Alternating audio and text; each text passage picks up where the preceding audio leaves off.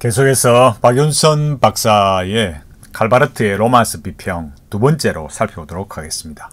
우리가 지난 시간에 살펴봤듯이 칼바르트의 신학이라는 것이 뭘 말하느냐, 그러니까 바르트가 이런 이적이라고 할 때 우리가 생각하는 그런 성경에서 이 정통 개혁신학에서 배운 그대로의 이적이냐, 이런 거를 우리가 살펴봤지만 그렇지 않다라는 거죠. 그러니까 하나님께서 이 시공간을 터치하기는 했지만, 그러나 터치가 아닌 터치, 부딪히기는 했지만 부딪히지 않는 부딪힘, 스치고 지나가는 바람이다 라는 그런 거다 이거죠. 제가 원을 그래서 말했는데, 여기에 이렇게 탁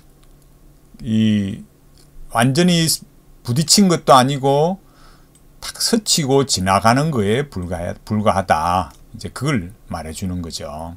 그래서 이게 탁 쉽게 말해서 여기가 이제 사람이라 그러면 이 사람이 이 하나님을 이렇게 터치했다, 잡았다, 이해했다, 이렇게 말하면은 그거는 인간의 수준으로 하나님을 이해한 게 되니까, 그러니까 이 하나님은 우상이 되어버린다라는 거예요. 그래서 이런 터치하기는 했지만 터치 아닌 터치, 긴 것도 아닌 것이, 아닌 것도 아닌 것이, 그런 이 하나님을 뭐라 하느냐라고 할 때 전적인 타자라 한다, 또 절대 타자, 이렇게 말하기도 합니다. 그래서 한종희 목사님의 설명을 보면 이렇게 말씀하셨어요. 신이 나타났다 싶으면 숨어버리고, 이것이 하나님이다 싶으면 즉시 답하기를 그것은 내가 아니다, 내가 아니여, 그렇게 돼버리는 거죠. 바르트는 그것은 내가 아니다는 신개념, 그러니까 긴 것도 아닌 것이, 아닌 것도 아닌 것이, 잡은 것도 아니고 안 잡은 것도 아니고, 나타났다 싶으면은 숨어버리는 거, 하나님이다 싶으면 그건 나 아니여, 이렇게 말하는 거. 그러니까 내가 맞아, 그러니까 모세에게 말씀하셨듯이 나는 스스로 있는 자니라 탁 말씀을 해버리면은, 그걸 아멘 하면 그 하나님을, 여호와 하나님을 탁 이렇게 인간의 손으로 잡았다, 이렇게 돼버리면 그건 우상이다 이거예요, 바르트는. 그러니까 분명히 하나님께서는 계시하고 알려주셨는데도 바르트의 신학의 한계 안에서는 이렇게 하나님을 이해하기 때문에 전적인 타자다, 절대 타자다, 이렇게 보는 거죠. 그래서 여기 이 정통주의 신학에서 말하는 신이라는 이 신 개념이 뭐냐라고 할 때 계속 말씀드렸듯이 하나님이 인간에게 이렇게 오시지만 탁 잡히지 않는 거, 그냥 스치고 지나가는 거. 그래서 이거를 극복하기 위해서, 알기 위해서 뭐예요? 이렇게 렉시오 디비나, 관상기도, 제일 중요하게 사람들이 일반적으로 알고 있는 게 뭐라 했어요? 큐티. 그 사기매기도 김영복 목사님 말씀하셨듯이 그런 데서도 나오듯이 가만히 있으면 떠오르는 생각들. 그러니까 우리가 이런 큐티가 왜 일반화되어 있느냐, 이런 걸 우리가 잘 봐야 되는 거죠. 그래서 이런 바르트의 신학 체계에 있어서 신이란 무엇이고 인간은 무엇인가, 이걸 잘 봐야 됩니다. 그러니까 바르트 신학에서는 이 하나님과 인간이 화해하고 신에 이렇게 동참하게 되는, 이것은 예수 그리스도 안에서 일어나는 하나의 사건이다, 이렇게 말하는 거죠.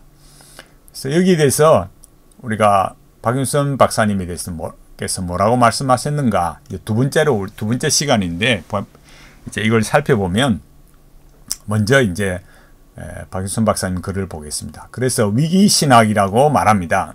위기신학이라는 거, 늘 위태롭단 말입니다. 그랬어요. 안정성이 없다. 그래서 계시가 오기는 오는데, 그죠? 일정 시간 동안에라도 안전하게 머물러 있는 법이 없다. 그래서 와서 터치는 하지만 터치가 아닌 것이 되고 만다. 그럼 뭐냐? 1초 동안에, 단 1초 동안에도 몇만 번 이상의 진동을 가져야 하는 접촉이다. 그래서 기다 아니다, 기다 아니다, 또 기다 아니다. 그렇게 계속 머물러 있지 않냐고 이 기다가 아니다로 바뀌어 버리는 거. 그만큼 위기다. 그러니까 1초 동안에 몇 억만 분의 1의 시간도 못할 만큼 접촉의 정도가 아주 위기적이다. 그래서 위기신학, 변정법 신학이라 한다. 그랬어요. 그러니까 여기에 붙잡힌 것도 아닌 것이 잡힌 것도 아닌 것이. 그러니까 바르트에 있어서 하나님의 계시라는 것, 하나님께서 우리에게 오심이라는 것이 이렇게 1초에 그렇게 몇 억만 분의 1의 시간도 안 될 만큼 아주 순간의 접촉으로 끝나고 그래서 위기적이다. 그래서 변정법적 신학이다 라는 거예요. 여기서 변정법적 신학이라는 거 이제 처음 보시는 분은 좀 단어가 조금 어려운 말들이 나오죠. 잘 보면은 말만 어렵지 뭐 별거 없어요. 뭐 이렇게 뭐 철학도 그렇고 신학도 그렇고 말만 되게, 왜냐하면 자기만의 어떤 독보적인 신학을 만들려고 하니까 그냥 말만 괜히 어렵게 만든 거지, 사실은 알고 보면 그냥 그야말로 아무것도 없어요. 긍정에서 부정으로, 부정에서 긍정으로 이렇게 계속 바뀌는 것을 말한다. 그러니까 이렇게 비유로 설명하고 있는 중인데 그만큼 긍정적인 것이 아니라 부정적인 개념이다. 그래서 이 위기적인 거, 위기적인 게 뭐라고 했습니까? 잡은 것도 아닌 것이, 안 잡은 것도 아닌 것이, 긴 것도 아닌 것이, 아닌 것도 아닌 것이, 이런 거예요. 그래서 정통주의자들을 비판하는데 뭐라고 비판하느냐? 이 진리를 주머니 속에 다 집어넣고 있는 것 같이 생각하고 그저 자기는 안전하게 진리를 붙들었다고 생각하는 것에 대하여 위기신학자들은 비웃는다. 진리는 붙잡지 못한다. 그러니까 이건 바르트의 말이에요. 정통주의자들의 말이 아니고 우리는 진리가 확실하다. 분명한 하나님의 진리라고 믿는 거죠. 그런데 이 사람들은, 이 바르트는 뭐라 그래요? 영혼은 시간에 붙들릴 수 없다는 사고방식. 그러니까 인간이 하나님을 이렇게 내가 붙잡았다. 진리를 붙잡았어. 이렇게 하면 그건 우상이 된다. 이거 인간의 개념으로 이해한 거다. 이렇게 보는 거죠. 자, 그러면은 우리가 지난 시간에도 이 칼바르트의 책에 뭐 로마서를 비롯해서 거기에 추천사를 쓴다는 것이 그게 과연 명예일까? 아니면 치욕일까? 명예일까? 치욕일까? 칼바르트의 책에 추천사를 쓴다는 것이 명예일까? 치욕일까? 참 우리 시대의 이 신학의 아픔을 가지고 생각해 봐야 돼요. 칼바르트 책의 추천사 아무나 쓸 수 있습니까? 아무나 못 씁니다. 알고 보면 별 것도 없고 그냥 꽝이고 아무것도 없는 거고 이 기독교 신앙이 아닌데, 소위 이 바르트를 안다 하시는 분들, 또 이 저명하다는 교수님들, 또 그런 분들이 추천서를, 목사님들이 추천서를 쓰는데 그게 정말 명예인가 아니면 치욕인가? 우리가 여기까지 살펴봤듯이 지금까지 살펴본 걸로만 해도 이 기독교 신앙과는 너무 다르다. 기독교 신앙이라고 볼 수 없다. 아니다라는 걸 분명히 알 수 있는 거죠. 자, 여기서 제가 지난 시간에 유현무 교수님 말씀드렸듯이 이 칼바르트의 이 교의학 개요에 뭐라고 말했느냐, 뭐라고 말씀하셨느냐. 여기는 이 지금 빨간 글자로 표시를 했습니다. 지난 시간에 보여드렸잖아요. 교의학을 여기 보면은 성경의 요약인 사도신경의 삼중구조 위에 삼일찬함에 대한 교의를 다루는 교회의 학문으로 정리하고, 또 여기 하나님의 자유에 포섭되어 자유롭게 하나님의 사역에 참여하는 인간을 제시한다. 이런데 이 말이 가지는 것이 얼마나 이 기독교적인 게 아닌가. 이런 거는 기독교 아니다. 제가 거기에 대해서 말씀드렸잖아요. 제가 이런 말씀을 드렸을 때 많은 분들이 굉장히 불쾌하고 짜증을 내시는 분들이 있어요. 그럼 제가 지난 시간에 말씀드렸듯이 당신이 말이야 개혁 칼바르트의 교회 교약 다 읽어봤느냐, 뭐 독일어 원수로 읽어봤느냐, 뭐 별 이야기를 다 하는데 저보다 더 많이 아시면 학문적으로 논증을 하면 됩니다. 당신이 말하는 거는 이렇게 해서 잘못된 거야 라고 학문적으로 논증을 하셔야 돼요. 또 뭐 누구처럼 또 뭐 총회에 뭐 이렇게 뭐 또 올리고 또 뭐 그렇게 하시려는지 모르겠지만은 학자라면 학문적으로 말할 수 있는 그런 실력이 있어야 됩니다. 정치력을 동원해서 뭐 이렇게 하는 걸 보면 정말 추접잖아요. 너무너무 추접한 거죠. 학문적 반론을 제기한 거에 대해서 그 학문에 대해서 권력을 동원하고 정치력을 동원해서 인맥을 동원해서 해결하려고 하는 것은 학자로서의 너무너무 추한 거예요. 너무너무 수준 떨어지는 거죠. 우리가 뭐 박사학위가 있다 이런 거 뭐겠습니까? 왜 대학원에서 박사학위를 주겠습니까? 박사학위를 준다는 것은 지금부터 당신은 학문 활동을 할 수 있는 권리를 가지고 있는 거야. 자격증을 준 거야. 그런 거예요. 학문하는 자격증을 준 거지. 인맥, 권력, 정치력 이런 걸 동원해서 일을 해결하라고 준 게 아니다 이거예요. 자, 여기에 보면 이런 내용들을 잘 보면 제가 금방 말씀드렸듯이 하나님의 자유, 삼위일체에 관한 교의를 교회의 학문으로 정리했다. 이런 말들이 제가 여기에서는 하나님의 자유에 대해서 다음에 말씀드리겠지만은 우리가 이런 걸 보면 얼마나 기독교가 아닌지 잘못 말하고 있는지 그런 것에 대해서 알게 됩니다. 이런 유해무 교수님의 글에 대해서 우리가 알 수 있는 자료가 있는데 서철원 교수가 다음과 같이 말했어요. 우선 여기 삼위일체론 제가 지난 시간에 말씀을 드렸는데 여기 칼바르트가 말하는 삼위일체라는 건 뭐예요? 이 저자 바르트가 말하는 삼위일체에서 예수 그리스도는 그냥 인간이에요. 인간. 소위 그 역사적 예수라는 거. 인간에 불과한 거예요. 자, 여기 보십시오. 빨트의 삼위일체론에 의하면 성육신할 하나님의 위격적 존재가 없다. 그러면 예수는 뭐냐? 예수 그리스도는 뭐냐라고 할 때 시간 내에서 살다가 죽음으로 끝이다. 그러니까 그는 창조세계에 속한다. 피조물이다. 그러면 왜 그런 예수를 하나님이라고 부르느냐? 구원, 곧 화해를 이룬 자이기 때문이다. 그러니까 순전히 역사적 인물로서, 그러니까 우리와 똑같은 인간, 우리는 예수님을 말할 때 성부 하나님, 성자 하나님, 성령 하나님과 같은 동일한 본질을 가지신 신이신, 그죠? 하나님이시다. 그 하나님이 성육신 하신 하나님인데 바르트에는 그런 게 아니고 우리와 똑같이 그냥 인간이었어요. 따라서 뭐예요? 삼위일체의 제2격으로 일치시킬 수 없다. 이런 거는 KD 뭐 이렇게 하는 건 다 바르트의 글입니다. 이 교회 교약 몇 번, 몇 페이지 이런 게 되어 있는 거예요. 그래서 하나님의 아들이라고 하는 것은 인간 예수를 말하는 거지 영원한 로고스와 연결시키는 것은 불가능하다. 그러니까 유해무 교수님이 말한 삼위 하나님, 삼위일체 하나님, 바르트가 말하는 이 삼위 하나님은 유해무 교수가 이렇게 이 추천서에서 말한 이 바르트의 삼위일체 하나님은 성경이 말하는 그 삼위일체 하나님이 될 수 없는 거죠. 왜? 예수는 뭐예요? 단지 인간에 불과하니까. 그러니까 예수 그리스도가 하나님의 성육신이 아닌데 삼위일체의 제2위격으로서 일치시킬 수 없으면 예수가 왜 그리스도인가?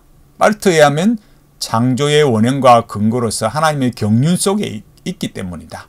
그러니까 삼위일체의 제2위격으로 선재한 것이 아니고 하나님의 창조 목표로 하나님의 경륜 안에 있다. 그러니까 처음부터 그 본질에 있어서 하나님이 아닌 거예요. 창조 목표 안에 하나님의 경륜 안에 선재했던 것 뿐이다 이거예요. 여기에서 뭐 다른 말이 있지만 여기 마지막 밑에 말 보면 그러므로 예수 그리스도는 인격적 하나님으로부터 영원부터 계신 것이 아니고 하나님의 예정 안에 존재한다. 그 면에 있어서 예수 그리스도가 하나님의 아들로 불리우는 것이다. 그러니까 쉽게 말하면 하나님의 마음 안에 있는 거죠. 유해무 교수님 또 뭐라고 말씀하셨을까요? 여기는 여기 이제 서철원 교수님의 빨트 신학의 문제점, 여기 신학 진함에 나온 글이었고, 그 다음에 여기 유해무 교수님의, 우리가 앞에 박윤선 박사님의 글을 봤잖아요. 박윤선 박사님의 글에서 이 위기의 신학, 변정법적 신학, 지난 시간과 비슷하지만 내용을 우리가 봤잖아요. 여기에서 이제 유해무 교수님 개혁교회학 책에서 뭐라고 말씀하셨느냐, 여기 128페이지 보면 하나님은 교제의 상대로서 스스로 우리의 지식과 논의의 대상이 되기를 원하시며 이것은 하나님의 본성에 속하는 계시의 본래적 내용이다, 이렇게 말했어요. 이 부분은 제가 다음에 또 설명을 드리고, 여기 오늘 중요한 거는 여기에 보면 이러한 신지식은 결코 하나님을 객관적으로 대상화한 지식이 아니라 언약적 관계 속에 있는 인격적 지식이다. 계시도 인식론적 지식의 대상이 아니라 늘 교제의 주체가 되기를 원하는 하나님의 자기 계시이다. 여기서 이제 문단에서 제가 빨간 글로 표시했듯이 하나님을 객관적으로 지식한 대상이 아니다. 언약적 관계 속에 있는 인격적 지식이다, 이렇게 말했어요. 아이고, 말 처음에 들으면 당최 이게 무슨 말인지, 뭐 신학교 다닐 때는 뭐 이게 무슨 말인지 뭐 알 수가 있어야죠. 그러면 이게 뭐 앞서 말씀드렸듯이 말만 뭐 막 어렵고 막 그래 보일 뿐이지 알고 나면 아무것도 없어요. 정말 이건 꽝이란 말이에요. 이거 왜 꽝이고 아무것도 아니냐. 우리가 이 바르트를 알면 알수록 정말 이 기독교, 우리 정통 기독교 신학과 안 맞다라는 것을 너무나 분명하게 알게 되는 거예요. 위에서 우리 박윤선 박사님 글을 통해서 살펴봤듯이 이제 이런 부분을 보면 박윤선 박사님의 칼바르트 로마서 비평과 유해무 교수님의 이런 추천서가 완전히 충돌한다는 것을 알 수 있는 거예요. 자, 이 글의 이해를 위해서 김용준 박사님, 대신대학 조신학 교수님의 글을 가져와 보겠습니다. 요 글이 있지만은 김용준 박사님의 바르트의 계시관에 대한 개혁신학적 비판, 여기 보면은 요게 이제 세 가지를 말씀하셨는데 그 중에 여기를 딱 보면 뭐라 했습니까? 계시를 인격이라고 말하는 것은 위에서 뭐라 했어요? 언약 관계 속에 있는 인격적 지식이다, 이렇게 말했잖아요. 그러니까 인격적 지식 그러면 아주 굉장히 뭐라 그럴까, 맞는 말처럼 아주 굉장히 우리의 어떤 반응을 불러일으키고 인격적인 항복, 뭐 그런 말로 들리는 줄로 생각하지만은 그렇지 않다라는 거예요. 그러면 뭐냐? 여기 살펴보면, 그러니까 여기 김용주 박사님의 이 글을 보면 계시를 인격이라고 말했다. 이게 왜 그랬느냐? 객관적 계시, 즉 명제적 계시를 부정하고 오직 주관적이고 상대적인 면에서 실존적 계시의 입장만을 반영하고 있음을 보여준다. 그러니까 여기서 말했잖아요. 객관적으로 대상화한 지식이 아니다, 이렇게 말했잖아요. 그 객관적으로 대상화한 지식이 아니다, 명제적 지식이 아니다. 여기 김용준 박사님 말씀하셨듯이 뭐라고요? 객관적 계시나 뭐예요? 명제적 계시가 아니다, 이건 부정했다라는 거예요. 그럼 뭐냐? 주관적이고 상대적이다. 제가 계속 큐티 말씀드렸잖아요. 주관적인 것, 내가 꽂혀야 되고 내가 들어야 되고 내가 찌릿해야 되는 것, 그 실존적 계시의 입장, 이런 것도 말만 어쩌면 아무리 성경이 이렇게 쓰여 있어도 뭐예요? 내가 안 믿어지면 꽝이 되고요. 하나님 말씀, 우리 성경 뭐 이렇게 있어도 뭐 내가 아니면 아닌 거지. 내가 맞으면 맞는 거고. 그러니까 명제적이라는 게 무슨 말이겠습니까? 우리가 단어를 이런 걸 잘 봐야 되는데 이 객관적이라는 것은 주관적인 거하고 이렇게 반대되는 거죠. 그죠? 그러니까 명제적이다 이런 것은 참 거짓을 판단할 수 있다 이거예요. 예다, 아니다, 맞다, 아니다, 진리다, 진리 아니다 이게 확실해야 되는 거예요. 위에 박윤선 박사님 뭐라고 하셨어요? 우리가 글을 다시 보면 뭐라고 했습니까? 터치하지만 터치한 것도 아니고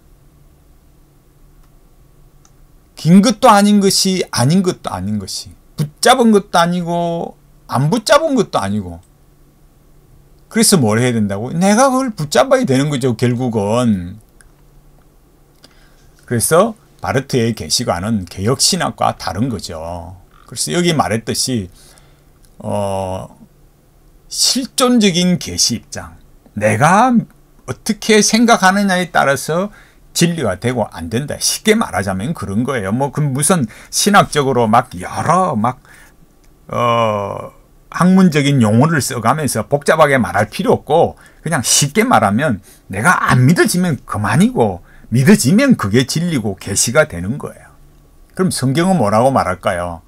요한복음 1장 14절이나 히브리서 1장 1절 2절이나 말씀이 육신이 되어 우리 가운데 거하심에 우리가 그 영광을 보니 아버지의 독생자의 영광이요 은혜와 진리가 충만하더라. 우리 가운데 거하심에 우리가 그의 영광을 보니 객관적으로 나타났잖아요. 그래서 아버지의 독생자의 영광이요 은혜가 진리가 충만했다. 또 뭐라 그래요? 여기 히브리서도 뭐랍니까?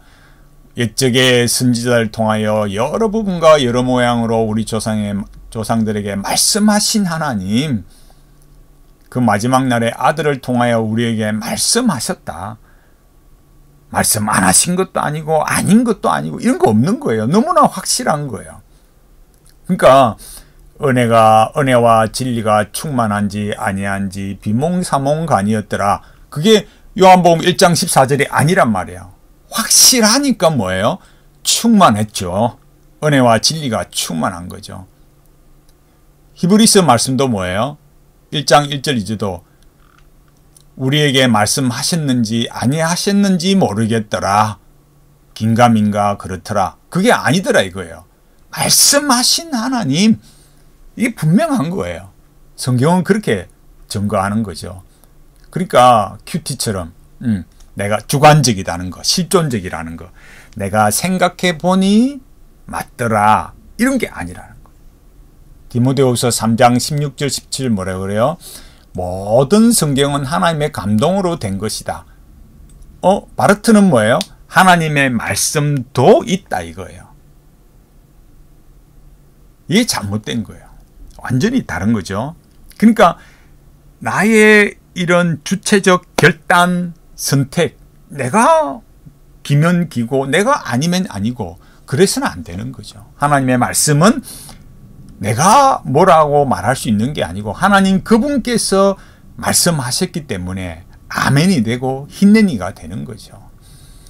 박윤선 박사님 이렇게 말씀하셨어요. 말하자면 불확실성입니다. 시간 세계 내에서는 영혼을 붙잡을 수 없다. 그러니까 뭐 인간이 하나님을 그렇게 붙잡을 수 없다는 거죠. 터치할 수 있지만 붙잡을 수 없다. 다시 터치가 아닌 것으로 말을 해야 하니 위태롭다. 안정성 있게 우리에게 붙잡히지 않는다라는 거예요. 그러니까 늘 불안하고 위기고 변정법적이다 이거예요. 김용주 박사님이 이렇게 말씀하셨어요. 바르트는 여기까지만 하겠습니다. 시간이 많이 지났으니까 여기까지만 하겠습니다. 그러니까 여기 뒷부분 우리가 더 보게 되겠지만 여기 유해모 교수님이 말씀하신 하나님을 객관적으로 대상한 것이 아니다. 여기 언약적 관계 속에 있는 인격적 지식이다. 이런 건 기독교 아니다라는 거예요. 성경은 분명히 우리에게 객관적으로 우리에게 딱 알려준, 우리에게 딱 이게 하나님의 말씀이야 라고 딱 가르쳐준 지식이고, 칼빈의 기독교 강요를 읽어도 딱 뭐라고 해요? 하나님 그분에 관한 지식, 우리에 관한 지식. 제가 늘 말씀드렸듯이 뭐예요? 예. 의미와 통일성, 의미와 통일성. 기본적으로 알아야 된다 했습니다. 하나님 그분은 누구신가? 우리는 누구인가? 우리의 사명은 무엇인가? 관계 존재 사명. 예. 그냥 이렇게 단순하게 말하는 게 아니라 구체적으로 아는 게 중요해요. 그렇게 분명하게 알아야 이런 일에 있어서도 흔들리지 않습니다. 그러니까 여기서 유영호 교수님이 말한 이런 문장들, 추천서에 나오는 것, 또 이 개혁교의학에 나오는 이런 내용을 보면 이런 거는 기독교 신앙이 아니다라는 거예요. 정통 개혁 신학이라고 할 수 없는 거예요.